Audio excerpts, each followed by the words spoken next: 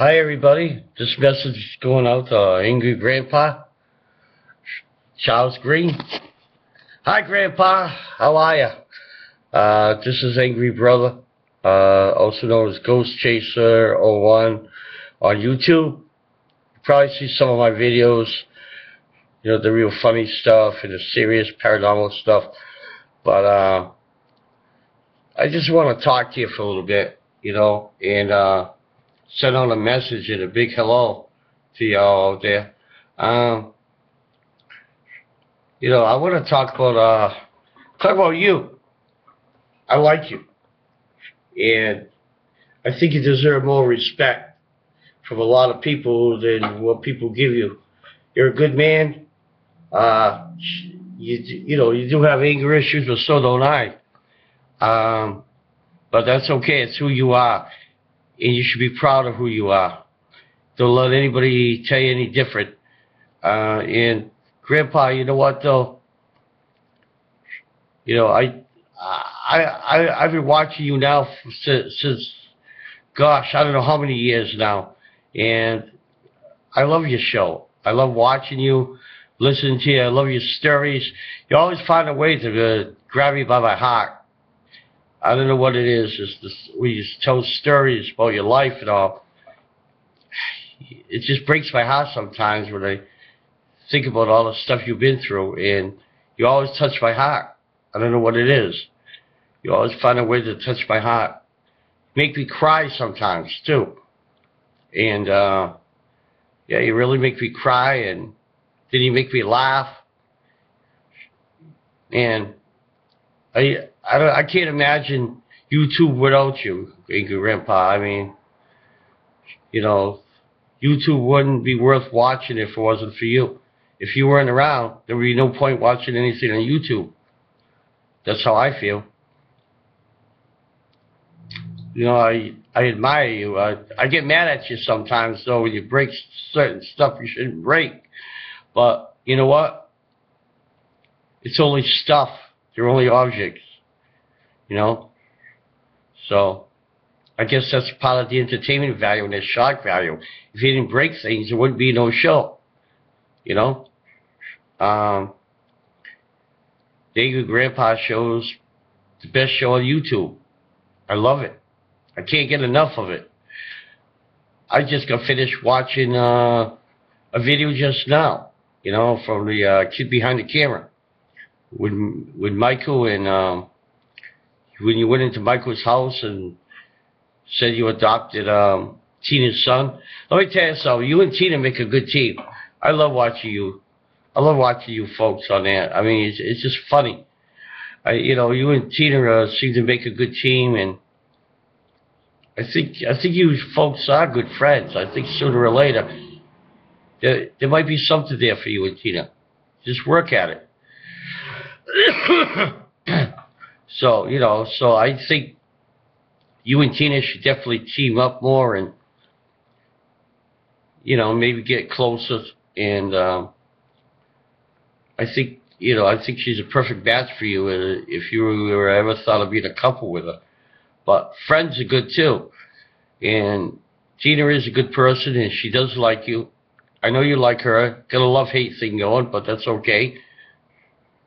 You know, you like each other. That's all that matters. And you have fun working together, you know, and hanging out and driving each other nuts. And Bridget is a sweetheart. I like Bridget a bunch. I think she's a great gal. I'm a big fan of Bridget, Princess Bridget. I'm a big fan of hers. And I'm a big fan of you, especially, Grandpa, you know.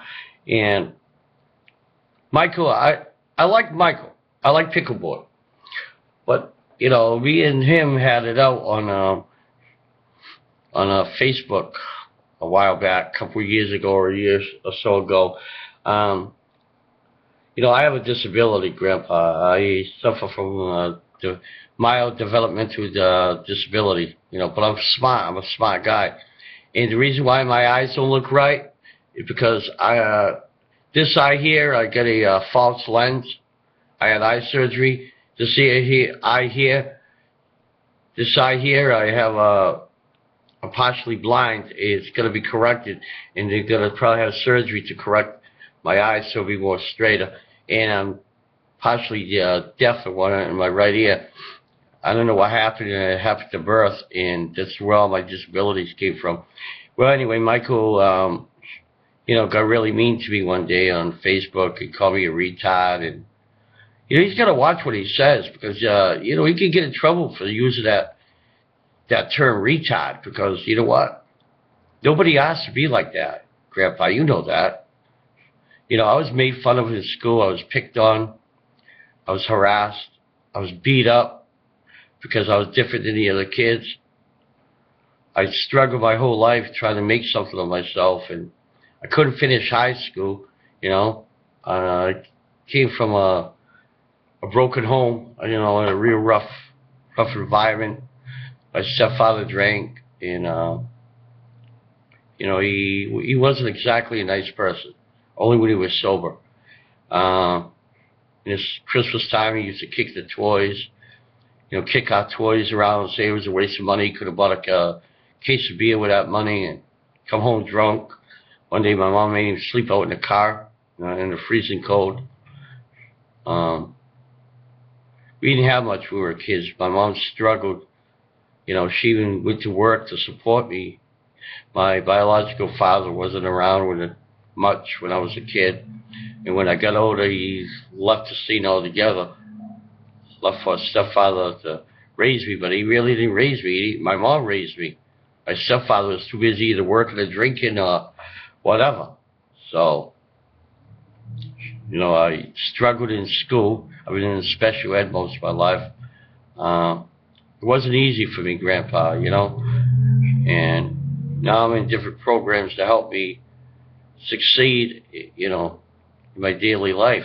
I do a lot with my life. I'm on Social Security, disability, Medicaid, and Medicare, but it doesn't stop me from wanting to help my community. So what I do is I've been helping my community. I gather donations all the time for the 3 or 4 times a year for the homeless shelter, the local homeless shelter. This past holidays, I took my own money and bought a turkey and some fixing for the shelter, so folks at the homeless shelter would be able to have a Thanksgiving and a Christmas. I gather clothes. I do that every year. I'm always giving them clothes, men and women's clothing, because there's men and women at the shelter. One other year, I donated some used cell phones so folks there could have a phone. I do a lot. I try to do things with the mayor to make the community better. Just last year or so, I started the mayor. I got the mayor interested in a cleanup project to clean downtown, to get rid of the litter and to be more strict about the litter in downtown. And they have. Downtown, there isn't hardly anything on the ground anymore. It's been going on for 2 years. Then I suggested maybe some kind of fair or something, or a street festival for the people of Fall River, Massachusetts, to be able to have something to do with the summer.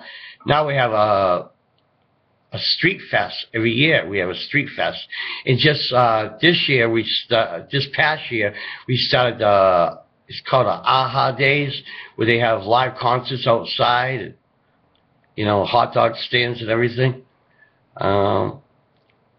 We just got a new mayor, Mayor Sutter. I'm sure he's going to do a great job, and I got to yet meet the new mayor now, so I can work with the new mayor too, and try to do my part in my with my community stuff. So I'll be able to continue to work with my community to make my city a better place to live for everybody. Yeah, Grandpa, Michael really hurt my feelings when he called me retard and everything. And I felt, it was a personal attack because he wouldn't let up. He just kept going on and calling me names and stuff. And that hurt me because I'm a big fan of Michael's too. I watched Kid Behind the Camera. I watched Bridget West's channel. And I'm always tuning into the Ingrid Grandpa show. Even Grandpa's Corner. And you mean a lot to me. I really don't know you personally, but I feel like I have. I feel like I know you all for, like, you know, my whole life, even though I really never met you. I used to live in Florida. I got kin down to Florida, a lot of family. My cousin Harvey, Aunt Barbara, Uncle Rodney, Aunt Doreen, cousin Patty, Craig Youngins. Goes on and on and on. My Uncle Aaron down there passed away recently, a year or so ago. He was a good man. He used to love me, you know, fixing cars and everything. I'm going to tell you a funny story before I go. When I lived down in Florida at my Uncle Aaron's, he was trying to teach me how to drive his tractor mower. Well, I got on the tractor mower and thing got out of control. I didn't know how to drive it. I'm driving all over the road, you know, I mean, all over the yard and knocking it with trash barrels. And then I saw his orange tree. I almost ran into his orange tree. He panicked. He says, "You're going to kill us. You're going to kill us." So he jumped on the tractor and stepped on the brakes right on time minutes before he would have hit his orange tree. I would have killed his tree. And there was another time we lived in Fort McCoy. My aunt made us a sandwich because we were working out in the yard all day and, you know, and everything else. So I see these buzzards flying by. I said, "We'll go." My other uncle that passed away some years ago. I go, "Hey, look at that! Look at those buzzards up there. I wonder what they're looking for." He goes, "Probably a dead body." Sure enough, the buzzard came right down this far from my head. It swooped over my head. He was after my sandwich. And you know what? I can't live it down to this day. Every once in a while when I visit Florida, everybody always teases me about that. It wasn't funny at the time, but when I look back at some of the silly, crazy stuff I've done, it is funny. And I remember my mom. I used to prank my mom all the time when she was younger. Where she passed on in 2005. God rest her soul. I took these loads. You might remember these, Ingrid Grandpa. I took these loads and I put them in my mom's cigarette pack. All the cigarettes, a whole pack. Every time she lit a cigarette, the cigarette would explode. It would just blow up. Boom, boom. She wanted to kill me. I tell you, she wanted to whip my ass. Something silly. She wanted to whip my ass. And there was another time I went and I moved away from the house. I was living with an uncle. And I says, what could be the best prank I could possibly pull on my mom? So I sent her a fake sweepstakes letter and a fake check for like $150 million. It wasn't real. Well, the prank backfired because she calls my house. We're rich. We bought a new car and everything. I just cashed a check. I just, what? That wasn't a real check. That was a prank. I'm going to jail. And my uncle knew what was going on because my mom talked to him prior, but I didn't know about that. And my prank backfired. So I had my share of pranks too. And my old ghost hunting team, they played a prank on me. They took my chair. After investigation, before I went in my house was unlocked. And they took my chair and they put it in a shower. I went in a shower and it was my chair. I thought somebody stole my chair out of the house. Well, you go, Grandpa, that's my telephone. So hope to talk to you real soon. I'll be sending you some through Mailbag Monday. God bless you.